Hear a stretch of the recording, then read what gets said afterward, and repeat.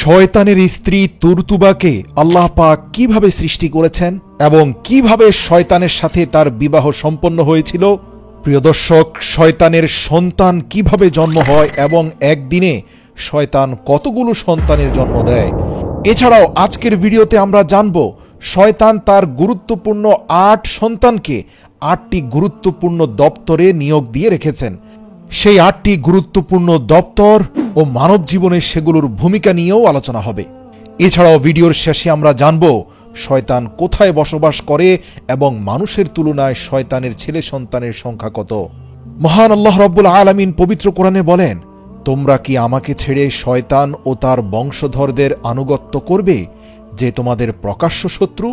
পবিত্র কোরআনের এই আয়াতের মাধ্যমে ১০০% প্রমাণিত হয় যে শয়তানের স্ত্রী ও সন্তান রয়েছে এবং মুহাম্মদুর রাসূলুল্লাহ যখন পৃথিবীতে ছিলেন ইতোমধ্যেই শয়তান তার বংশ বিস্তার করে শাখা প্রশাখা পুরো বিশ্বময় ছড়িয়ে দিয়েছিল। আহলে কিতাব থেকে জানা যায় আল্লাহ তাআলা শয়তানকে বিতাড়িত করার পর এক বিশেষ প্রক্রিয়ায় শয়তানের জীবন সঙ্গিনীকে সৃষ্টি করেন এবং তাদের মধ্য থেকেই শয়তানের বংশ বিস্তার ঘটে। শয়তানের স্ত্রীকে কিভাবে সৃষ্টি করা হয়েছে এ বিষয়ে একটা হাদিস রয়েছে। যখন আল্লাহ তাআলা শয়তানের স্ত্রী ও সন্তানদের সৃষ্টি করার ইচ্ছা করলেন, তখন শয়তানের মধ্যে রাগের উদ্রেক ঘটালেন। ফলে শয়তান প্রচণ্ড রেগে গেল। তখন রাগের অতিশয্যে তার মুখ দিয়ে একটি আগুনের স্ফুলিঙ্গ বের হয়ে আসে। সেই আগুনের স্ফুলিঙ্গ থেকেই তার স্ত্রী তুরতুবাকে সৃষ্টি করা হয়। প্রিয় দর্শক, আহলে কিতাব থেকে জানা যায় মানব জাতির থেকেও কয়েক গুণ দ্রুত শয়তান তার বংশ বিস্তার করে চলেছে। প্রশ্ন আসতে পারে, কিভাবে শয়তান তার বংশ বৃদ্ধি করছে।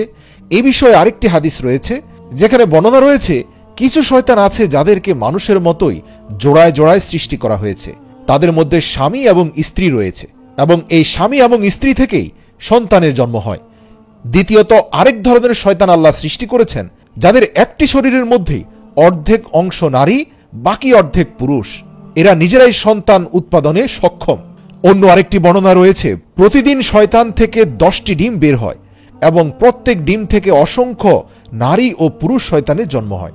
প্রিয় দর্শক, আরেকটি রিওয়ায়াত থেকে পাওয়া যায় শয়তানের সংখ্যা মানুষের সংখ্যার চেয়ে 9 গুণ বেশি। যখন মানুষের একটি বাচ্চা জন্ম নেয় তখন শয়তানের 9টি বাচ্চার জন্ম হয়। প্রিয় দর্শক, যেমনিভাবে সকল মানুষের পিতা হযরত আদম আলাইহিস সালাম, তেমনিভাবে সকল জিনের পিতা আল-জান নামক জিন এবং সমস্ত শয়তানের পিতা হল ইবলিস শয়তান। এটা থেকে স্পষ্টত প্রমাণিত হয় যে শয়তান জিনদের অন্তর্ভুক্ত হলেও শয়তান এবং জিনের মধ্যে স্পষ্ট কিছু পার্থক্য রয়েছে। এর মধ্যে সবচেয়ে বড় পার্থক্য হচ্ছে জিন জাতি মরণশীল, অর্থাৎ তারা 1500 থেকে 2000 সর্বোচ্চ 3000 বছর হায়াত পেলেও এই দুনিয়ার বুকেই তারা মৃত্যুবরণ করে। কিন্তু শয়তান কিয়ামত পর্যন্ত জীবিত থাকবে। এমনকি পৃথিবীর শুরু থেকে ইবলিস শয়তানের যত সন্তান জন্মগ্রহণ করেছে আজ পর্যন্ত তারা জীবিত রয়েছে। কিয়ামত পর্যন্ত আল্লাহ পাক তাদেরকে জীবিত রাখবেন। আবার জিনদের মধ্যে কেউ কেউ মুসলমান আর কেউ বিধর্মী, কিন্তু শয়তানদের মধ্যে কেউ মুসলমান নেই। অনুরূপভাবে জিনেরা মৃত্যুবরণ করে এবং তারা মৃত্যুর স্বাদও গ্রহণ করে দুনিয়ার বুকেই কিয়ামতের পূর্বেই, কিন্তু শয়তান এবং তার বংশধরদের মৃত্যু শুধুমাত্র কিয়ামতের পূর্বেই হবে। আহলে কিতাব থেকে জানা যায় কিয়ামতের 40 বছর পূর্বে যখন সূর্য পশ্চিম দিকে উঠবে তখন আল্লাহ তাআলা ইবলিসকে যন্ত্রণাদায়ক মৃত্যু দিবেন। তখন তার সাথে সাথে সকল শয়তানের সন্তানদের মৃত্যু হবে। শয়তানের মৃত্যুর পর সূর্য পশ্চিম আকাশে 40 বছর স্টে করবে। এরপরে পৃথিবীতে কিয়ামত আসবে।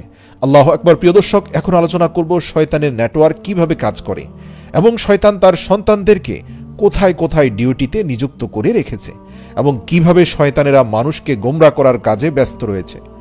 বর্ণিত আছে শয়তানের 5 জন প্রসিদ্ধ ছেলে সন্তান রয়েছে। হযরত মুজাহিদ রাহিমাহুল্লাহ বর্ণনা করেন শয়তানের প্রসিদ্ধ ছেলেদের নাম এবং তাদের কাজের বর্ণনা হচ্ছে, প্রথম ছেলের নাম দাম্বুর। তার দায়িত্ব হলো প্রতিটি বাজারে ইবলিশের ঝান্ডা উন্মোচন করা। সে অত্যাধুনিক যত বাজার রয়েছে সেখানে নারীদেরকে প্ররোচিত করে আকর্ষণীয় কাপড় পরে যাওয়ার জন্য এবং বেগানা পুরুষদেরকেও সেখানে নারীদের প্রতি আসক্ত করে।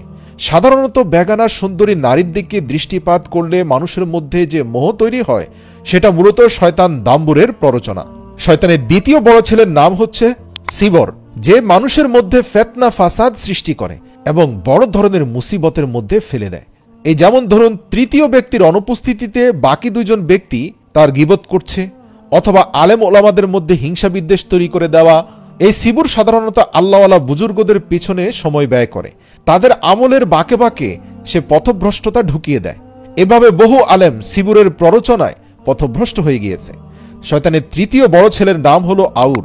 তার দায়িত্ব হলো মুসলমানদের ইবাদতের মধ্যে রিয়া তথা লৌকিকতা তৈরি করে দেওয়া।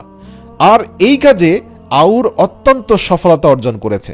আপনি দেখবেন পৃথিবীতে একমাত্র মুসলিম ধর্মাবলম্বীরাই তাদের ইবাদতের কর্মকাণ্ড ফেসবুক স্ট্যাটাসে প্রকাশ করে এবং মানুষকে বলে বেড়ায়। এই যেমন ধরুন, আজ তাহাজ্জুদের সময় উঠে এই দৃশ্য দেখলাম, অথবা বেশ কয়েকদিন ধরে নফল ইবাদত করে যাচ্ছি বা নফল রোজা রাখছি। এভাবে নিজের গোপন নফল ইবাদতগুলো প্রকাশ করার মাধ্যমে মানুষের মধ্যে রিয়ার সৃষ্টি করে।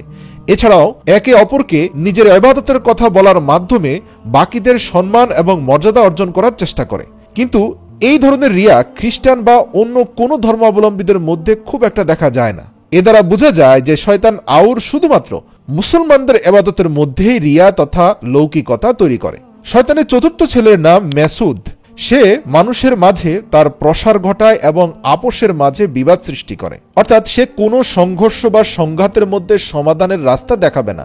সে সবসময় মানুষের অন্তরের মধ্যে এমন বেশি রাগের উদ্রেক ঘটায় যার ফলে মানুষ একজন আরেকজনের সাথে মারামারি বা রক্তক্ষয়ী সংঘর্ষে লিপ্ত হয়ে যায়।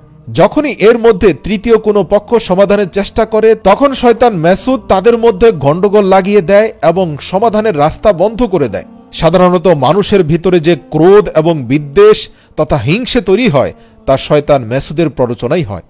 শয়তানের পঞ্চম ছেলের নাম হচ্ছে দামিস। সকল লোকেদের সাথে থাকে, বিশেষ করে মানুষের মধ্য থেকে বরকত উঠিয়ে দেওয়ার জন্য সে চেষ্টা করে। এই যেমন ধরুন, ঘরে ঢুকার সময় সালাম দেওয়ার কথা সে ভুলিয়ে দিবে। এছাড়াও খাবার খাওয়ার শুরুতে বিসমিল্লাহ বলাটার কথাও ভুলিয়ে দিবে। ঘুমানোর পূর্বে ঘুমের দোয়া পড়ার কথা ভুলিয়ে দিবে। বাথরুমে প্রবেশের পূর্বে আল্লাহর নাম নেয়ার কথা ভুলিয়ে দিবে। এছাড়াও ইস্তেগফার করার কথা ভুলিয়ে দিবে। এছাড়াও শয়তান দামিসের কাজ হচ্ছে কোনোভাবে মানুষ যেন গুনাহের পরে পুনরায় আবার তওবা না করে সেজন্য চেষ্টা সাধনা করা। প্রিয় দর্শক, এছাড়াও শয়তানের আরো অনেক ছেলে সন্তান রয়েছে, তারা অসংখ্য গুরুত্বপূর্ণ দপ্তরের কাজে নিয়োজিত। যেভাবে মানব জাতির বংশ বিস্তার ঘটেছে, দেশ উপমহাদেশ মিলিয়ে পৃথিবীতে 700 কোটিরও বেশি মানুষ ছড়িয়েছে, একইভাবে ইবলিসও তার বংশ বিস্তার ঘটিয়ে এই পুরো মানব জাতিকে পথভ্রষ্টতার কাজে কভারেজ দেওয়ার জন্য তার সন্তানদেরকেও ছোট ছোট দল এবং উপদলে বিভক্ত করে বিভিন্ন দায়িত্বে নিয়োজিত করেছে। আর তারা প্রতিনিয়ত মানুষকে গুনাহের মধ্যে লিপ্ত করছে। কোন শয়তান মানুষকে জানার মধ্যে লিপ্ত করছে, তো কেউ মদ পানে লিপ্ত করছে, আবার কেউ গীবতে সহায়তা করছে, আবার কেউ মানুষের মধ্যে হত্যা বা মারামারির মতো সংঘর্ষ বাঁধিয়ে দিচ্ছে। তবে হাদিস থেকে জানা যায় শয়তান ইবলিস পৃথিবীর বুকে কোনো অনাচারে এতটা খুশি হয় না।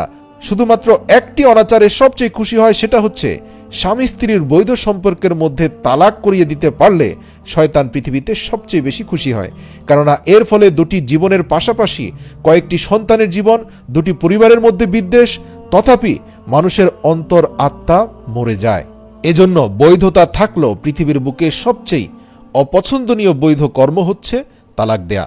এছাড়াও হাদিস থেকে জানা যায় এমন একজন শয়তান রয়েছে যে জন্মের পর থেকে মানুষের সাথে লেগে থাকে। তার কাজ হচ্ছে গুরুত্বপূর্ণ অন্যান্য শয়তানদের কাজকে সহজ করে দেওয়া। সেই শয়তানকে হামজাত বলা হয়। সে জন্মের পর থেকে সাথে এসে দাঁড়ায়, মৃত্যু পর্যন্ত সে সাথে থাকে। তবে যে ব্যক্তি প্রতিনিয়ত ইস্তেগফার, সূরা নাস, সূরা ফালাক এবং দিনে অন্তত 2 বার আয়াতুল কুরসি পাঠ করবে, তার উপরে শয়তান হামজাদের কোনো ভূমিকা থাকবে না এবং কোনো ক্ষমতাও থাকবে না। প্রিয় দর্শক, আলোচনা করব শয়তানের ঘর কোথায় এবং শয়তান কি খায়, কোথায় থাকে। ইবলিস সম্পর্কে হাদিসে আছে যে তার আরশ হলো সমুদ্রে এবং সেখানে সে তার সিংহাসন বিছিয়ে আছে। সকল শয়তান প্রতিদিন সেখানে গিয়ে তাদের প্রতিদিনের কারগুজারি শোনায়। আমি আজ এই করেছি, আমি আজ অমুক অমুক গুনাহ করিয়েছি, ইত্যাদি ইত্যাদি। শয়তানের ঘর সম্পর্কে অন্য এক বর্ণনায় রয়েছে, শয়তানকে যখন আল্লাহ তাআলা অভিশপ্ত করে বিতাড়িত করেন, তখন বিতাড়িত শয়তান আল্লাহ তাআলার নিকটে আরজি পেশ করলেন, হে আল্লাহ, আপনি আমাকে আপনার দরবার থেকে বের করে দিচ্ছেন, এখন আমার জন্য একটা ঘর নির্ধারণ করে দেন। তখন আল্লাহ তাআলা বললেন, তোমার ঘর হলো প্রত্যেকটি ঘরের ভিতরে টয়লেট, অর্থাৎ বর্তমান জামানার বাথরুম। এরপর সে আল্লাহ তাআলার কাছে আবেদন করলো, আমার জন্য একটা বৈঠকের ব্যবস্থা করে দিন। তখন আল্লাহ তাআলা বললেন, তোমার বৈঠক হলো বাজার এবং রাস্তাঘাট। এরপর শয়তান আবেদন করলো, আমার জন্য খাবার দাবার নির্ধারণ করে দিন। তখন আল্লাহ তাআলা বললেন, ওই সকল বস্তু তোমার খাবার যেগুলো খাওয়ার পূর্বে আমার বান্দা আল্লাহর নাম নেয় নাই। এজন্য হাদিসে রয়েছে, যখনই তোমরা খাবার দাবার খাবে তখনই বিসমিল্লাহির রহমানির রহিম বলে খাও। সবচেয়ে সুন্নতি তরিকা হচ্ছে খাবার খাওয়ার পূর্বে বিসমিল্লাহি আলা বারকাতুল্লাহ পড়া। যদি ভুলে যান, খাবারের মধ্যখানে মনে হয়, তাহলে বিসমিল্লাহি আউয়ালাহু আখিরা পড়া। তাহলে শয়তান কোনোভাবে আমাদের খাওয়া দাওয়ায় শরীক হতে পারবে না। এরপর শয়তান আবেদন করলো, হে আল্লাহ, আমার পান করার বস্তু নির্ধারণ করে দিন। তখন আল্লাহ তাআলা বললেন, প্রত্যেক নেশাজাতীয় জিনিস তোমার পান করার বস্তু। এরপর শয়তান আবেদন করলো, আমার দিকে মানুষকে আহ্বান করার পদ্ধতি নির্ধারণ করে দিন। তখন আল্লাহ তাআলা বললেন, তোমার প্রতি মানুষকে আহ্বান করার পদ্ধতি হলো অশ্লীল গান বাজনা। তারপর শয়তান আবেদন করলো, আমাকে একটা কিতাব দিন। তখন আল্লাহ তাআলা বললেন, খারাপ কবিতা এবং চটি গল্প তোমার কিতাব, অশ্লীল বাক্য, অশ্লীল স্ট্যাটাস হচ্ছে তোমার স্লোগান। শয়তান আবেদন করলো, আমার জন্য কোনো কালাম নির্ধারণ করে দিন। আল্লাহ তাআলা বললেন, মিথ্যা হলো তোমার কালাম। পৃথিবীর সবচেয়ে ভয়ঙ্কর অপরাধ, যেই অপরাধ মানুষ করলে আল্লাহ পাকের অভিশাপে লিপ্ত হয়, তা হচ্ছে মিথ্যা। সুতরাং এটা দিয়েই তুমি তোমার জাল বিস্তার করবে। আজকে আমাদের দেশে খাদ্যদ্রব্যে ভেজাল, ওয়াদা ভঙ্গ করার প্রবণতা, ধোঁকাবাজি, প্রতারণা, এই সবই কিন্তু মিথ্যার চূড়ান্ত পরিণতি। শয়তান বলল, মানব জাতির মধ্যে আমাদের এমন কোনো অস্ত্র নির্ধারণ করে দিন যা ব্যবহার করে আমরা খুব সহজে অন্যদেরকে ফাঁদে ফেলতে পারব। তখন আল্লাহ বললেন, অকৃতজ্ঞ এবং লোভী নারীরাই হলো তোমাদের ফাঁদ। প্রিয় দর্শক, হাদিস থেকে আমরা জানতে পারি শয়তান আমাদেরকে কিভাবে গোমরাহ করে এবং শয়তানের খারাপি থেকে বাঁচার জন্য কোন সব বিষয় থেকে আমাদের বেঁচে থাকা জরুরি। আসুন দুই হাত তুলে রব্বুল আলামিনের দরবারে আজ থেকে আমরা প্রতিজ্ঞা করি, আমরা রাসূল সাল্লাল্লাহু আলাইহি ওয়াসাল্লামের তরিকার উপরে শক্তপোক্তভাবে দাঁড়িয়ে যাব। কোনোভাবেই শয়তানকে নিজেদের হৃদয়ে আশ্রয় প্রশ্রয় দিব না।